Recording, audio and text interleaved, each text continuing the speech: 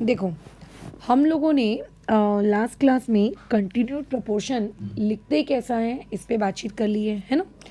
तो अभी हमारे डिस्कशन को आगे कंटिन्यू करते हैं। अब हमारा जो टॉपिक ऑफ डिस्कशन ये है कि जो सवाल अब हमको आए सामने मिलते हैं, इन्हें अटेम्प्ट कैसे करना है।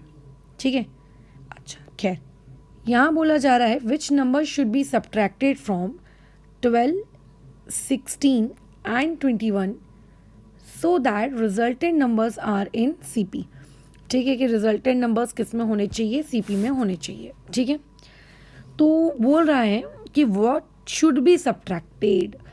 तो मान लेते हैं हम यहाँ पे सबसे पहले कि लेट हमने अज्यूम किया x बी सब्ट्रैक्टेड। ठीक है, x को हम क्या कर रहे हैं, सब्ट्रैक्ट कर रहे हैं। कहाँ से सब्ट्रैक्ट कर रहे हैं, फ्रॉम 12, 16 एंड 21, राइट। अच्छा, अगर आपने 21, 16 और वगैरह वगैरह से x को सब्ट्रैक्ट किया तो देयरफॉर आप लोगों के पास जो नए नंबर्स आएंगे, देयरफॉर न्यू नंबर्स आर, ठीक है, या न्यू नंबर्स विल बी, वो नए नंबर्स आपके क्या होंगे, 12 minus x, 16 minus x and 21 minus x, ये होंगे आपके नए नंबर्स। ठीक है, अब क्वेश्चन ये बोला जा रहा है कि सब्ट्रैक्ट करने के बाद जो नए नंबर्स आएंगे वो नए नंबर्स सीपी में होने चाहिए। ठीक है, ऐसा क्वेश्चन में कहा जा रहा है कि जो सब्ट्रैक्ट करने के बाद नए नंबर्स हमको मिले वो सीपी में होने चाहिए, है ना। तो हम लोग यहाँ पे लिख सकते हैं कि जो नए नंबर्स हैं, न्यू नंबर्स, या फिर आप वहाँ पे एक और वर्ड यूज़ कर सकते हो, resultant numbers, new numbers are in continued proportion. ये नए नंबर्स किस में होंगे, कंटिन्यूड प्रोपोर्शन में होंगे। अब अगर हमने कोई भी, हमें 3 नंबर्स दिए जाएं और बोला जाए कि भाई ये तीनों के तीनों कंटिन्यूड प्रोपोर्शन में हैं, इनको प्रॉपर तरीके से लिखो, तो अपन लोगों को क्या प्रॉपर तरीके से लिखना आता है, रेशो वाले फॉर्मेट में बिल्कुल आता है। कैसे लिखते हैं, पहला नंबर अपॉन में दूसरा नंबर, ये ऐसे ही लिखते हैं, फिर इक्वल टू डालकर अगेन दूसरा नंबर अपॉन में पहला नंबर, ऐसा लिखा जाता है। बस हो गया सवाल सॉल्व। अब बेसिक मैथ्स है, क्रॉस क्रॉस करो, आंसर आ जाएगा। क्या आ जाएगा, 12 माइनस एक्स ब्रैकेट में 21 minus x equal to 16 minus x का ये होल स्क्वायर। ठीक है, अब ये इतनी बेसिक मैथमेटिक्स हो गई है कि तुमको सिर्फ यहाँ पे प्लस माइनस डिवाइड मल्टीप्लाई यही वाला काम करना है।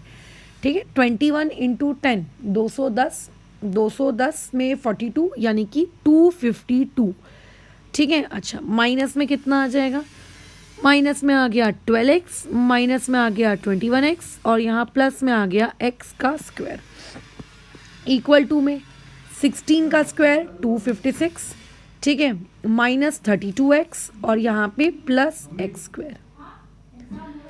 ठीक है, अच्छा अब उसके बाद देखो, हम ये प्लस एक्स स्क्वायर और ये प्लस एक्स स्क्वायर आपका कट गया। ठीक है ना, ओके। अब क्या हो जाएगा, ये 252 माइनस यहाँ आ जाएगा 33x, ये माइनस 32x को मैं यहाँ ले आऊँगी तो ये हो जाएगा प्लस 32x इक्वल टू में 256। अब इन दोनों को अगर हम सॉल्व करें तो यहाँ से आंसर आ गया माइनस एक्स इक्वल टू में कितना है 256। इसके आगे कोई साइन नहीं है, मतलब प्लस की साइन है, वहाँ जाके ये हो जाएगा माइनस। ठीक है, सो देयरफॉर यहाँ से x की वैल्यू कितनी आएगी, 4 आ जाएगी और यहाँ पे माइनस है, तो अगर मैं माइनस साइन वहाँ लिख दूँ तो यहाँ आ जाएगा माइनस ऑफ 4, है ना, माइनस ऑफ 4। तो हम अपना आंसर क्या लिखेंगे, देयरफॉर -4 शुड बी सब्ट्रैक्टेड। हमें क्या करना चाहिए, -4 शुड बी सब्ट्रैक्टेड, ठीक है, फ्रॉम द गिवन नंबर्स। ठीक है, should be subtracted from given numbers. आप अपने गिवन नंबर्स में से कौन सा नंबर सब्ट्रैक्ट करेंगे, -4 को सब्ट्रैक्ट करेंगे। एक बार मैं थोड़ा सा चेक कर लेती हूँ क्योंकि मुझे डाउट है कि -4 आंसर आएगा। हो सकता है कि आंसर +4 आ रहा हो, मैंने कोई कैलकुलेशन एरर ना कर दी हो, है ना, इस चीज़ की चेकिंग मुझको करनी है। तो हमारे पास नंबर्स ये थे 12, 16 एंड 21। तो 12 minus x, 16 minus x, 21 minus x किया। लिखने में तो खैर कोई गलती नहीं हुई है। ब्रैकेट ओपन करने में -33x आएगा, इसमें भी कोई गलती नहीं हुई है। फिर 256 आएगा 16 का स्क्वायर, ठीक है, ये भी आपका करेक्ट है। ओके, कोई दिक्कत नहीं है। उसके बाद यहाँ पर आप लोगों का +252 -252, तो यहाँ पे आप लोगों का ये आ गया आंसर। तो देखो ठीक लग रहा है मुझे, इसीलिए मतलब थोड़ा सा डाउट जा रहा है इसमें, बिकॉज जब हम लोग इस टाइप के सवाल करते हैं ना, व्हाट शुड बी सब्ट्रैक्टेड, तो यूजुअली जो आप लोगों का आंसर होता है वो एक पॉजिटिव नंबर में आता है, इस तरीके से नेगेटिव में नहीं आता है। खैर, अगर मैंने अपनी कैलकुलेशन को दोबारा चेक कर लिया है और अगर मैं श्योर हूँ कि नहीं मैंने जो किया है वहाँ कोई कैलकुलेशन एरर नहीं है, तो कोई दिक्कत नहीं, फिर ये करेक्ट आंसर है बिल्कुल। ठीक है, तो -4 should be subtracted from given numbers. ठीक है, बस खत्म। अब ऐसा ही क्वेश्चन ज़रूरी नहीं है कि ये पूछा जाए व्हाट शुड बी सब्ट्रैक्टेड, कल को ये भी आ सकता है कि व्हाट शुड बी एडेड। अगर एडेड आएगा तो फ़र्क बस इतना पड़ेगा कि यहाँ पे -x की जगह आपको हर जगह यहाँ पे क्या करना पड़ेगा, +x इंट्रोड्यूस, ख़त्म। ठीक है, आपको यहाँ पे क्या इंट्रोड्यूस करना पड़ेगा, +x इंट्रोड्यूस। ओके, तो ऐसा नहीं कि टेक्स्ट बुक में हमारे पास question what should be subtracted वाले फॉर्मेट का है तो हम वो रट लेंगे कि पूछा जाएगा तो भगवान सिर्फ आपका क्या कहते हैं सब्ट्रैक्टेड ही पूछा जाएगा, सब्ट्रैक्टेड के अलावा और कुछ नहीं पूछ सकते, ऐसा नहीं होता, पूछा कुछ भी जा सकता है। ठीक है ना, चलो आगे बढ़ते हैं। तो आगे बढ़ो ज़रा फटाफट। ये वाला क्वेश्चन तुम लोगों के लिए होमवर्क में है, जब वीडियो देख लोगे तो प्रॉपर तरीके से कॉपी चेकिंग, ठीक है, आपको यहाँ से करानी है। ओके, चलो आगे बढ़ो।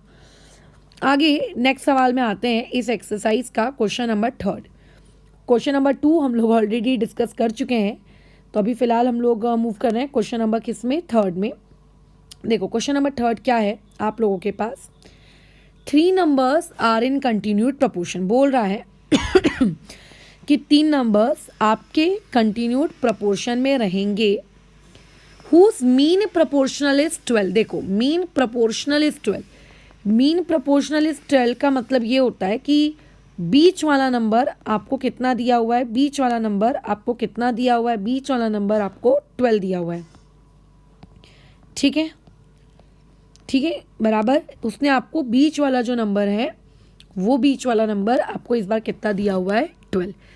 तो पहले तो हम यहाँ पे अज्यूम कर लेते हैं कि हमारे पास 3 नंबर्स कौन से हैं, तो let a b and c be the 3 numbers. ठीक है, बी द 3 नंबर्स, है ना, be the 3 numbers, be the 3 numbers, ठीक है, that are in CP, that are in CP. ये सब के सब क्या है, कंटिन्यूड प्रोपोर्शन सीपी में है, ऐसा हमने अज्यूम किया। अब क्वेश्चन को हम आगे स्टडी कर रहे हैं। क्वेश्चन में क्या बोला जा रहा है कि मीन प्रोपोर्शनल, ठीक है, बराबर, लेकिन क्वेश्चन में बोला जा रहा है कि जो मीन प्रोपोर्शनल है, ये मीन प्रोपोर्शनल आपको कितना दिया हुआ है, 12 दिया हुआ है। मतलब जो बीच वाला नंबर है, ठीक है, जो बीच वाला नंबर है वो बीच वाला नंबर आपको दिया हुआ है 12। मतलब अकॉर्डिंग टू क्वेश्चन अगर मैं जाऊं तो जो मीन प्रोपोर्शनल है, ये जो वर्ड है मीन प्रोपोर्शनल, ये मीन प्रोपोर्शनल वाला वर्ड यानी कि बी आपको कितना दिया हुआ है, 12, बराबर। अब क्वेश्चन में अगर हम पढ़ें तो आगे बोला है कि sum of the remaining 2 numbers is 26।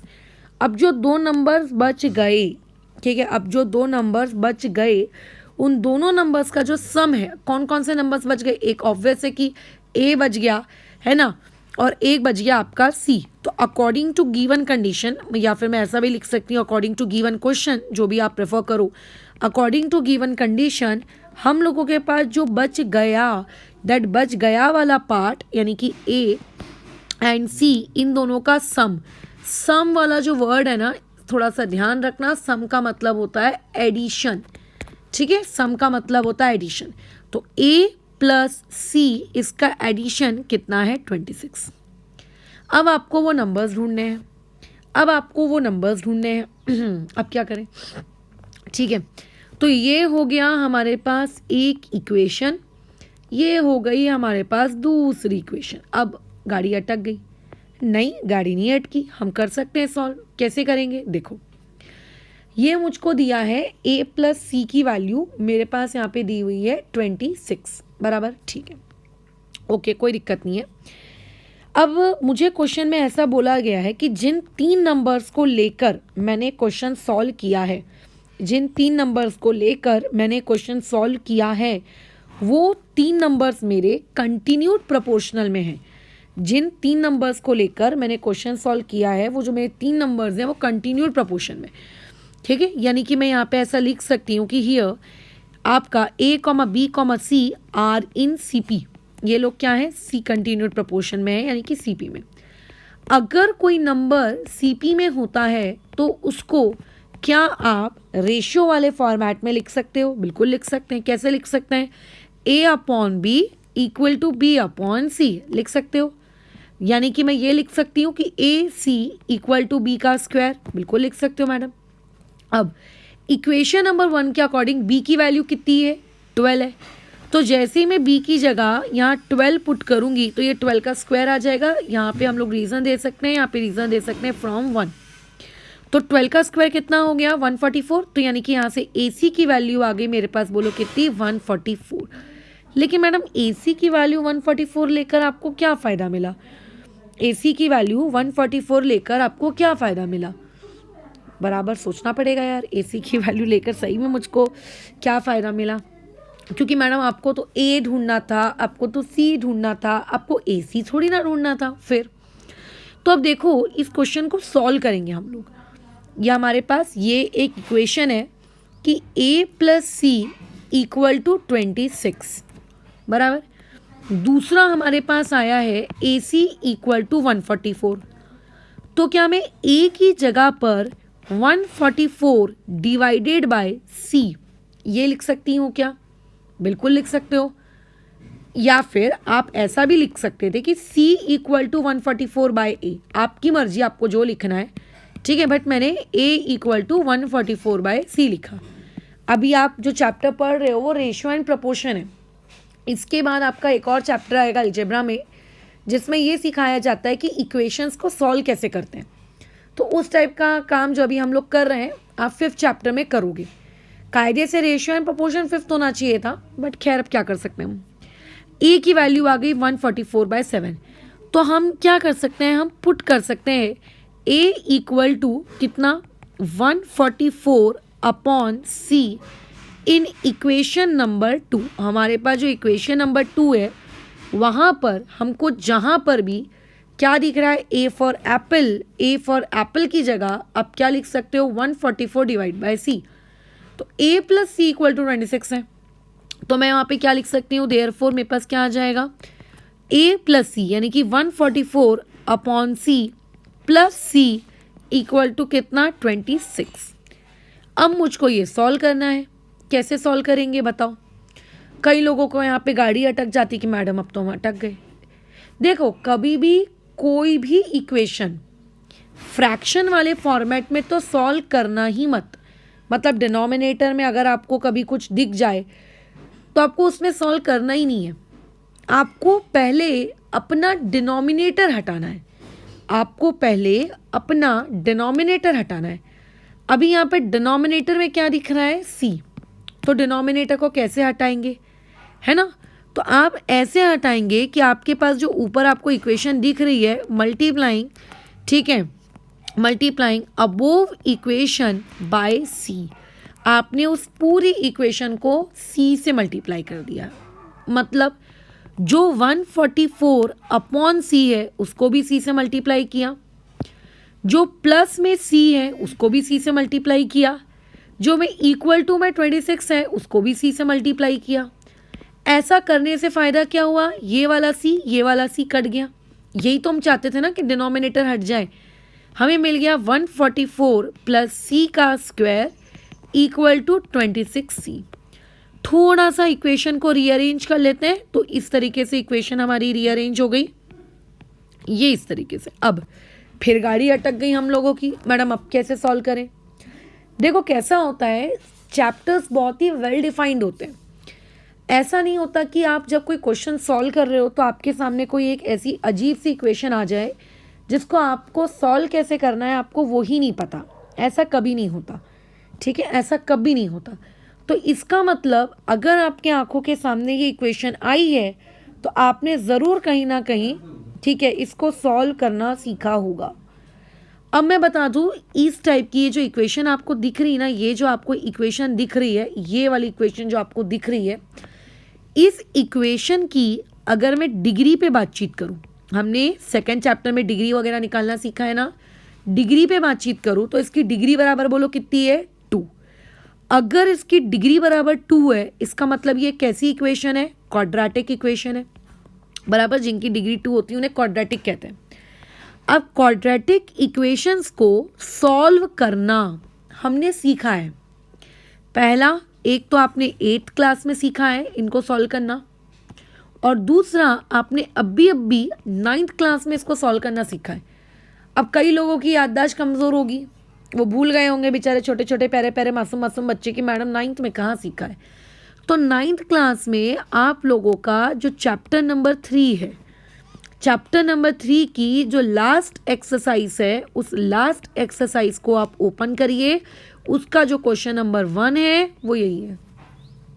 उसमें आपने 6 से 7 क्वेश्चंस या 8 क्वेश्चंस आपने इसी तरीके से मिडिल टर्म स्प्लिटअप वाले सीखे हैं। क्वेश्चन नंबर 1 को हम लोगों ने मिडिल टर्म स्प्लिटअप से सॉल्व किया है, बस, ठीक है। तो यानी कि अगर अभी रेशियो एंड प्रोपोर्शन सॉल्व करते वक्त तुम्हारे सामने ये इक्वेशन आई है तो इसका मतलब ये है कि आपने इसको कभी ना कभी देखा है यार, ये पहली बार तुम लोगों की लाइफ में इंट्रोड्यूस नहीं हुई है, ठीक है।